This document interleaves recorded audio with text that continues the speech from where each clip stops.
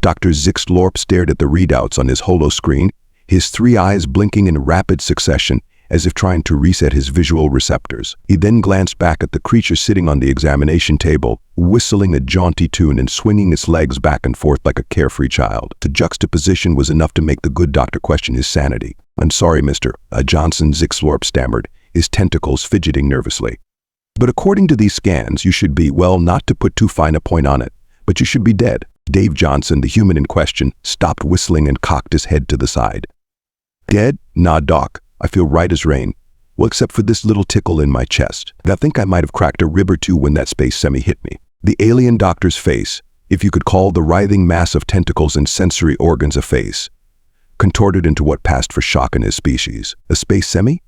You were hit by a cargo transport? And you walked here?" Dave shrugged, wincing slightly at the movement. "Well, yeah. The hospital was only a few blocks away, and I didn't want to bother anyone with a shuttle ride. Plus, I hear the traffic on Rigel 7 is murder this time of day."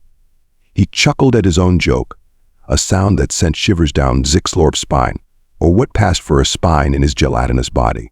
Doctor's assistant, a tall, willowy creature named Rur, no relation to the ruler of Omicron per se 8, leaned in and whispered, "Doctor, perhaps we should call security. This being is clearly delusional and potentially dangerous." Zyx'lorp waved a tentacle dismissively. No, I've heard about these humans. They're from a planet called Earth, a death world." He shuddered at the word, causing ripples to run through his translucent body. Dave, overhearing this, perked up. "Oh yeah, Earth. Good old terra firma. Though I gotta say, Doc, calling it a death world seems a bit dramatic. I mean, sure, we've got the occasional hurricane, earthquake, volcano, and let's not forget about Australia, but it's not that bad." The human's cavalier attitude towards planetary disasters only served to deepen Zyx'lorp's growing sense of unease. He turned back to the holoscreen, desperately seeking some rational explanation for the medical enigma before him. "Mr. Johnson, according to these scans, you have multiple fractures in your rib cage, a punctured lung, severe internal bleeding, and is that a metal rod protruding from your left thigh?" Dave glanced down at his leg, as if noticing the injury for the first time. "Oh, that old thing? Yeah, I guess the space simi's antenna got stuck there. I was gonna pull it out, but I figured you medical types might want to take a look first. Professional courtesy and all that." Zyx'lorp felt faint, his gelatinous body wobbling dangerously. Lore quickly placed a steadying hand on his superior's, well, what passed for a shoulder. But how are you even conscious?" the doctor sputtered.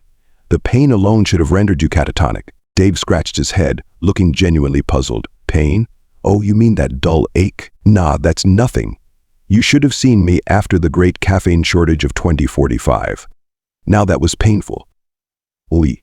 The human's laughter filled the examination room, a sound that to the alien ears present seemed to oscillate between mirth and madness. Zyx'lorp and Rur exchanged worried glances, their species' telepathic abilities conveying a shared thought, "What in the name of the galactic core have we gotten ourselves into?" As if sensing their discomfort, Dave attempted to lighten the mood. "Hey, don't look so glum, docs. Tell you what, why don't you patch me up and I'll treat you both to a real Earth delicacy. Ever heard of something called ghost peppers?" The mention of this mysterious Earth substance caused Zyx'lorp's color to change from a pale blue to a sickly green. He had heard whispers of these ghost peppers in the darkest corners of the intergalactic web, substances so potent they were rumored to be used as chemical weapons on less developed planets. "And no, thank you, Mr. Johnson," the doctor stammered. "I believe we should focus on your extensive injuries first." Dave shrugged again, this time managing to suppress his wince. "Suit yourself. You're lost, though. Nothing beats a good ghost pepper salsa after a near-death experience. Really clears the sinuses, you know." Rur, who had been furiously tapping away at a data pad, suddenly let out a high-pitched squeal that caused several nearby pieces of medical equipment to shatter. "Doctor, I've just accessed the Galactic database entry on humans. You're not going to believe this." Zyx'lorp turned all three of his eyes towards his assistant, grateful for any information that might help him make sense of the situation. "Well, out with it, Lure." The willowy alien's voice trembled as he read aloud. "Humans classified as Class 12 Deathworlders are known for their extraordinary resilience and ability to survive in conditions that would be lethal to 99.8% of known sentient species. Their home planet, Earth, is a volatile mix of environmental extremes, leading to the evolution of a species that regards potentially fatal injuries as minor inconveniences and considers the consumption of toxic substances a fun pastime." Dave beamed with pride. Oh, you guys are making me blush. We're not that special. I mean, sure, we've got that whole walking off near-fatal injuries thing down pat. But have you seen a platypus? Now that's an evolutionary miracle. Zyx'lorp felt his professional curiosity beginning to override his initial fear. After all, wasn't this why he became a xenobiologist in the first place? To study the wonders of the universe, no matter how terrifying they might be. Mr. Johnson, he began, his voice steadier now, would you mind if we studied you a bit more closely? Your physiology is unlike anything we've ever encountered. Dave's eyes lit up with excitement. Study away, Doc. Always happy to contribute to science. Just one condition, though. The doctor braced himself, imagining all sorts of horrifying requests this Deathworlder might make. Yes, he asked cautiously, can I keep the metal rod as a souvenir when you're done? I think it'd make a great conversation starter at parties. As Zyx'lorp contemplated the absurdity of using a gore-covered antenna as a social prop, he couldn't help but wonder if perhaps the universe had a sense of humor after all. A dark, twisted, utterly human sense of humor. And so began the strangest medical examination in the history of the Galactic Federation. The one that would revolutionize alien understanding of human physiology and inadvertently kickstart a new extreme sport craze among the more daring species of the cosmos. But that, as they say, is a story for another day. Dr. Zyx'lorp's tentacles flew across the holo keyboard with a speed and dexterity that would have made an earth octopus green with envy. His three eyes, each focused on a different monitor, absorbed an overwhelming torrent of data streaming in from various scanners and probes attached to the oddly cheerful human before him. Dave Johnson, for his part, seemed to be treating the whole experience like a trip to an alien spa. He lounged on the examination table, one arm tucked behind his head, the other holding a cup of what he called coffee, a substance that, according to the scanner readings, was potent enough to be classified as a low-grade fuel on most civilized planets. So, Doc, Dave said between sips, find anything interesting in there, besides the usual mishmash of organs and the impressive collection of scar tissue, Zyx'lorp's eye stalks swiveled towards his patient, a mixture of awe and horror evident in their gelatinous depths. Mr. Johnson, your body it's amazing, incredible, a testament to the indomitable human spirit, Dave offered helpfully. A battleground, the doctor finished. Your cellular structure shows signs of constant warfare. Your immune system appears to be locked in an eternal struggle against, well, everything. And your bones, they're riddled with microfractures that are constantly healing and rebreaking. Dave nodded sagely. Ah yes, that'd be from my morning calisthenics. Nothing gets the blood pumping like a good old-fashioned bone-straining workout. Rohrer, who had been monitoring Dave's vital signs, chimed in with a note of disbelief. But how do you endure such constant pain? Our readings indicate that your nerve endings are fully functional and highly sensitive. What? The human laughed, a sound that sent nearby instruments into a frenzy of beeping and flashing. Pain? Oh, that's just the body's way of saying, hey, maybe reconsider that last life choice. After a while, you just learn to tune it out. Like your neighbor's annoying music or politician's promises. Zyx'lorp and Rohrer exchanged worried glances, their antenna twitching in synchronized concern. The doctor cleared his throat, or what passed for a throat in his species, and decided to broach a delicate subject. To Mr. Johnson, I couldn't help but notice some unusual substances in your bloodstream, compounds that quite frankly should have turned your internal organs into a slurry by now. Dave's eyes lit up. Oh, you must be talking about my morning smoothie. Let's see, today's blend was kale, protein powder, a dash of Plutonup, 244 for that extra zing, and of course a whole ghost pepper for flavor. The room fell silent, save for the steady drip, drip, drip of Zyx'lorp's stress-induced bodily fluids hitting the floor. Plutonium, 244. Rohrer squeaked, his willowy frame swaying like a reed in a hurricane of disbelief. Yeah, gotta keep up with those radioactive isotopes, really helps with the old metabolism, though I gotta admit I might have gone a bit overboard with the ghost pepper this morning. I can still feel it burning. Dave patted his stomach affectionately, a gesture that caused several nearby plants to wilt in sympathy. Zyx'lorp felt his professional demeanor slipping away faster than an ice cube on a hot skillet. Mr. Johnson, I don't even know where to begin. Your body is processing radiation as if it were a mild stimulant. Your stomach acid could dissolve a small moon. And don't even get me started on your liver. It's a superhero? Dave suggested. A crime against nature, the doctor finished weakly. Dave sat up looking mildly offended. Hey now, don't go insulting my liver. It's gotten me through some rough times. Like that drinking contest with the Arcturian brandy smugglers. Now that was a party. His scientific curiosity overriding his sense of self-preservation, couldn't help but ask what happened at this party. The human's eyes took on a distant, misty quality. Well, it all started when I bet I could outdrink a 7-armed quasar beast. What followed was a tale so outrageous, so filled with casual disregard for the laws of physics and common sense, that by the end of it, Zyx'lorp was seriously considering a career change. Perhaps something nice and safe like antimatter containment or black hole surfing. And that's why I'm no longer allowed within 50 parsecs of the Horsehead Nebula, Dave concluded, looking inordinately pleased with himself. Zyx'lorp's gelatinous form quivered with a mixture of fear and fascination. Mr. Johnson, I must ask, is this level of aliens common among humans? Dave scratched his chin thoughtfully, inadvertently dislodging a small piece of shrapnel that had been lodged there. Oh, I'd say I'm about average. You should see my Aunt Ethel. Now there's a tough old bird. Last I heard, she was arm wrestling Kronos Titans on Betelgeuse for fun. The doctor's mind reeled at the implications. A whole planet of these Deathworlders. It was almost too much to comprehend.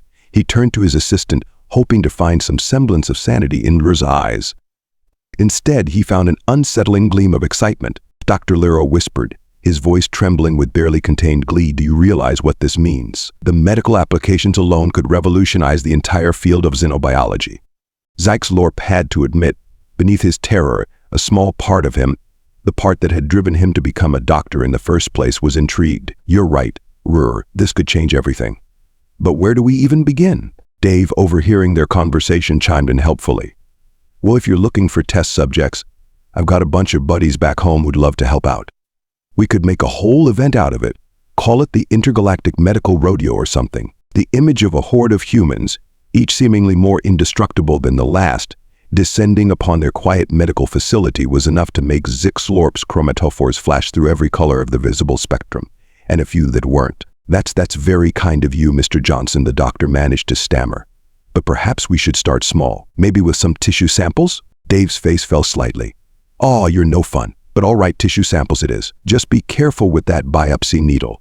The last doc who tried to take a sample ended up with a bent needle and a nasty surprise when my skin healed around it. As Zyx'lorp prepared the sampling equipment, his mind racing with the possibilities and perils of studying human physiology, he couldn't shake the feeling that his life, and indeed the entire medical community, would never be the same after this encounter. Little did he know that Dave Johnson's visit was just the beginning, where soon the quiet halls of the Intergalactic Medical Center would be echoing with the boisterous laughter of humans, the panic screams of alien doctors, and the occasional explosion from the lab where they were studying human digestive processes. But for now, as he approached Dave with a needle that suddenly seemed woefully inadequate, Dr. Zyx'lorp could only mutter a quiet prayer to whatever cosmic entities might be listening. May the stars have mercy on our souls and our medical equipment. The next few hours in the Intergalactic Medical Center were a whirlwind of activity, punctuated by the occasional sound of shattering equipment and Dr. Zyx'lorp's increasingly hysterical laughter. Dave Johnson, the human who had quite literally walked off a collision with a space semi,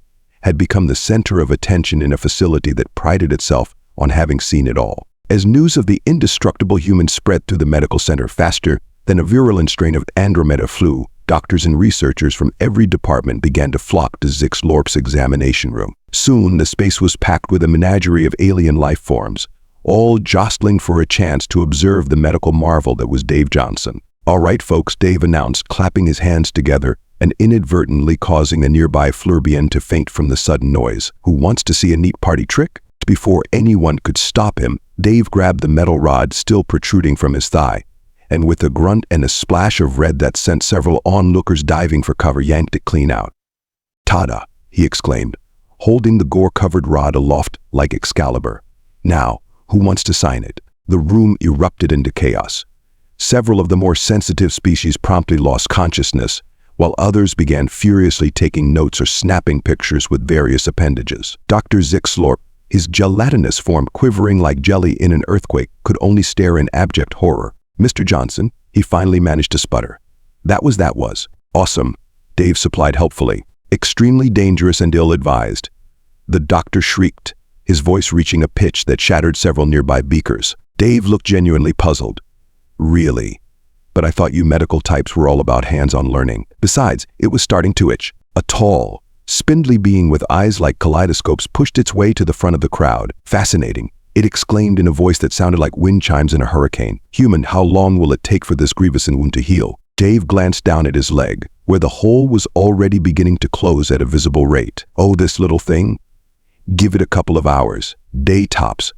Though I might need to up my iron intake to replace all that blood. Say, Doc, you wouldn't happen to have any railroad spikes lying around, would you? Those always hit the spot. The assembled alien medical professionals collectively took a step back, their various sensory organs wide with a mixture of awe and terror. Rur, who had been frantically trying to keep up with the readings from Dave's rapidly healing body, suddenly let out a yelp that caused several light fixtures to explode. Doctor, you need to see this. Zyx'lorp slithered over to the monitor, his 3 eyes widening to the size of dinner plates. Great galaxies, he whispered.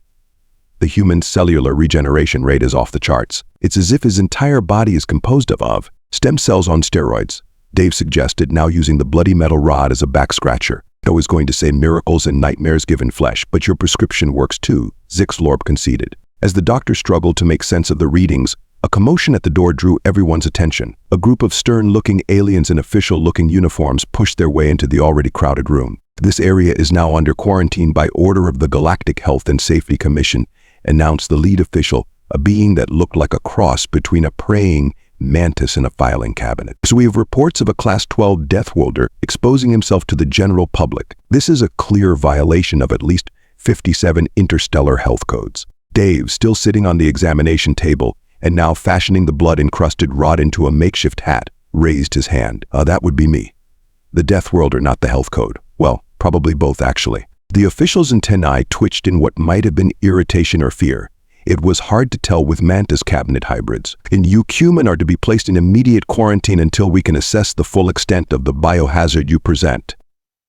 A murmur of protest rose from the assembled medical professionals. Dr. Zyx'lorp, surprising even himself, slithered forward to confront the official. Now see here, he began, his gelatinous form puffing up with indignation.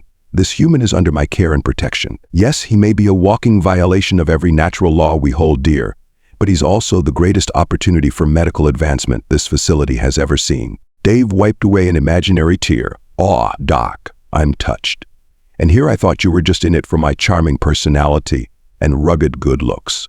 The official's mandibles clacked in agitation.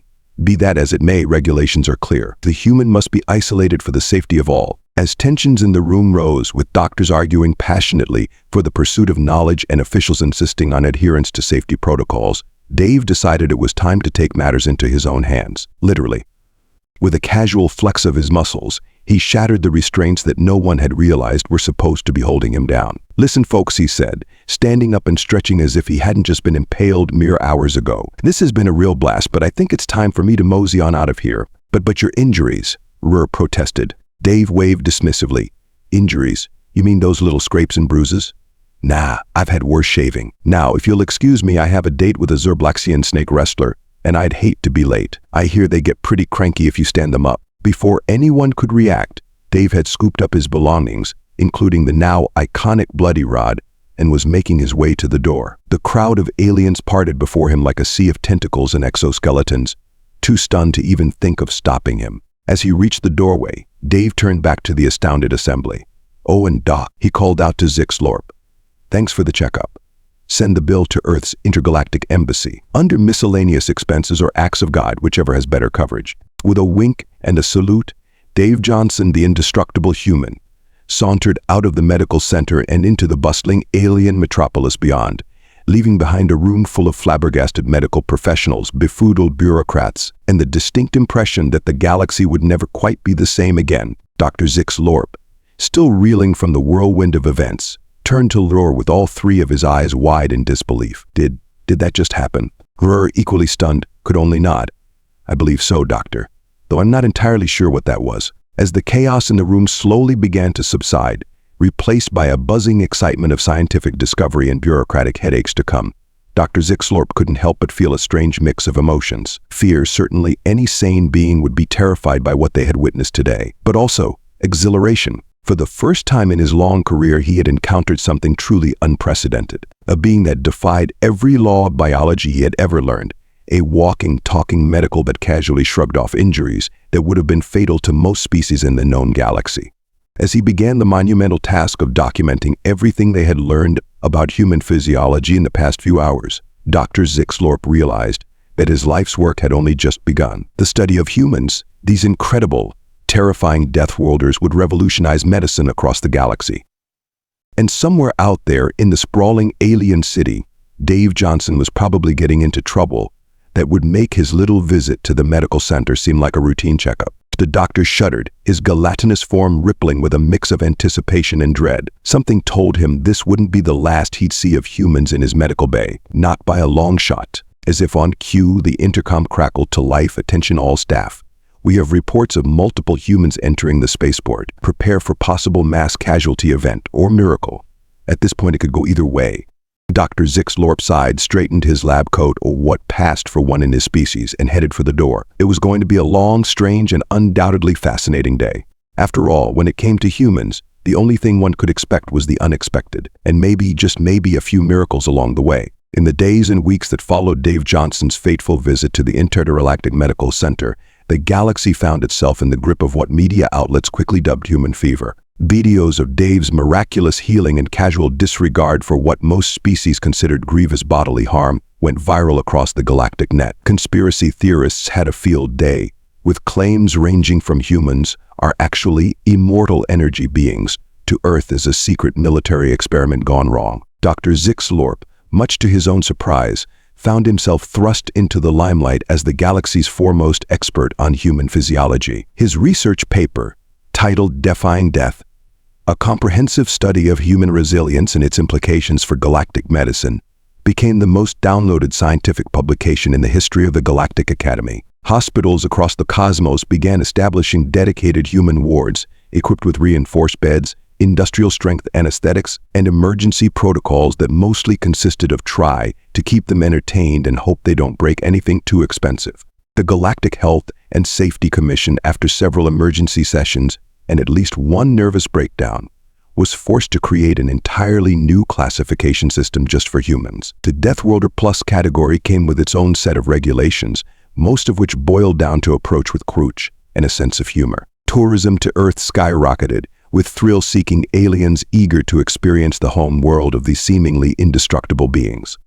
Adventure packages with names like Survive Like a Human and Earth, the ultimate adrenaline rush, became all the rage among the more daring species of the galaxy. Meanwhile, back on Earth, Dave Johnson's newfound galactic fame had some interesting consequences. And in today's news, the holographic newscaster flickered to life in living rooms across the planet. Dave Johnson, the man who single-handedly revolutionized the galaxy's understanding of human physiology, has been banned from yet another interstellar vacation resort, this time for, quote, attempting to surf down an active volcano while chugging antimatter cocktails. The newscaster's co-host, a peppy AI with a penchant for bad puns, chimed in. Sounds like he really erupted onto the scene. But in all seriousness, this marks the 47th galactic establishment to ban Mr. Johnson in the past month alone. That's right, Pixel. The flesh and blood anchor continued. The Galactic Tourism Board has issued a statement urging other humans to, and I quote, please, for the love of all that is holy, stop trying to impress the aliens. We're running out of places to put warning signs. In his modest apartment back on Earth, Dave Johnson watched the news report with a mixture of amusement and pride. The walls of his living room were now adorned with an impressive collection of banned-for-life certificates from various alien establishments, each one framed and displayed like a prize trophy. Ah, memories, he mused, taking a sip from a mug labeled World's Most Dangerous Coffee, a drink that, true to human form, contained enough caffeine to power a small starship. Though I still say that Volcano was asking for it, practically daring me to surf it. A ping from his communication device drew his attention. It was a message from Dr. Zyx'lorp, who had, against all odds, become something of a pen pal. Dear Dave, the message read, the text accompanied by a series of colorful blob emojis that Zyx'lorp seemed to think accurately represented his emotional state. I hope this message finds you well, and preferably in one piece.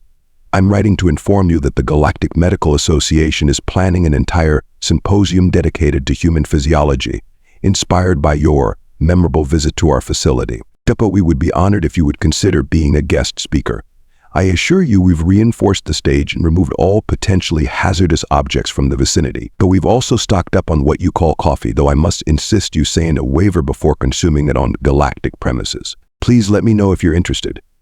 And Dave, do try to arrive in one piece. The last thing we need is for you to steal the show by regenerating a limb mid-presentation. Yours in perpetual astonishment, Dr. Zyx'lorp.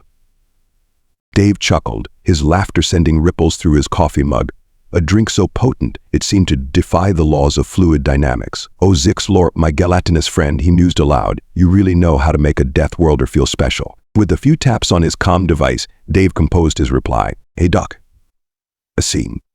Count me in for your alien show and tell. I promise to be on my best behavior, or at least my most entertaining behavior. Can't wait to see the looks on all those alien faces when I demonstrate the human art of walking it off. Oh, and quick question, what's your policy of bringing props? I've got this great idea involving a rubber chicken, a plasma cutter, and a bucket of hydrochloric acid. For science, of course. Matey, see you soon.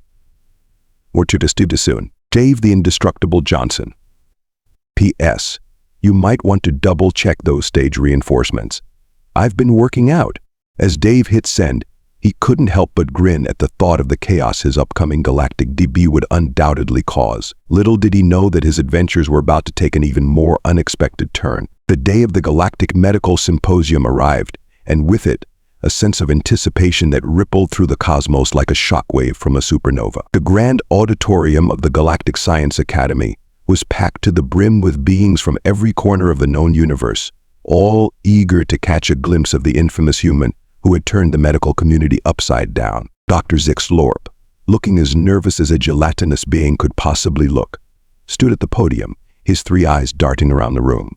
"Esteemed colleagues," he began, his voice amplified by the room's acoustic enhancers. "Today we gather to explore one of the greatest medical mysteries of our time, the human capacity for survival against all odds. And who better to illuminate this subject than the human who started it all?